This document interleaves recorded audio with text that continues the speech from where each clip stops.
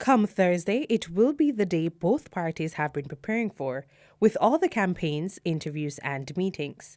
Pollster Don Anderson, who surveyed the constituency from Tuesday to Friday last week, says at the moment, Mrs. Vaz has a 6% lead on the People's National Party PNP's Damian Crawford.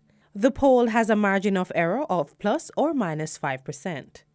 As both parties make a final push for votes ahead of Thursday's by-election, it appears Mr. Crawford has the most work to do. Mr. Anderson notes that 508 people were interviewed and more than 40% said they would be voting for Mrs. Vaz. 40.7% of the persons we interviewed said they intend to vote for Anne-Marie Vaz, as against 34% who said they were going to vote for Crawford. 19% were undecided, and 6.3% said they will not vote. Now, what it means is that we have a 74% commitment at this point in time about the voter turnout, which would be high given the voter turnout in recent elections. But this is what is said.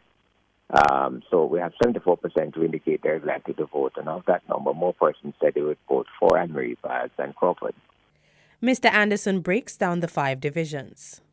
In 3 of the 5, which are traditionally won by the People's National Party, which is in Port Antonio, Prospect, and in Fellowship, the People's National Party candidate is Damian Crawford, who is actually leading in the 3 of the 5.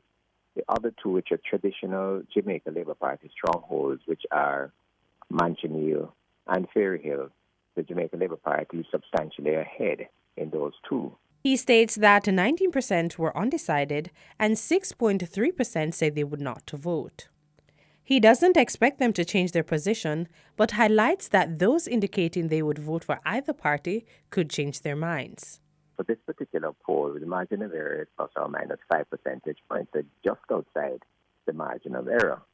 And therefore, it could be a close election. Again, we have to bear in mind that this fieldwork for this election took place Tuesday, Wednesday, Thursday, and Friday, which meant that the last day that we conducted fieldwork was clearly close to 1 week before the election, and therefore it would not measure the effect of any constituency work, canvassing, campaigning, which would have been done since Friday, Saturday, Sunday, Monday, over this weekend, which obviously is a very important period, and which is generally a period in which views are consolidated one way or another. Kimberly Broderick, Frontline News.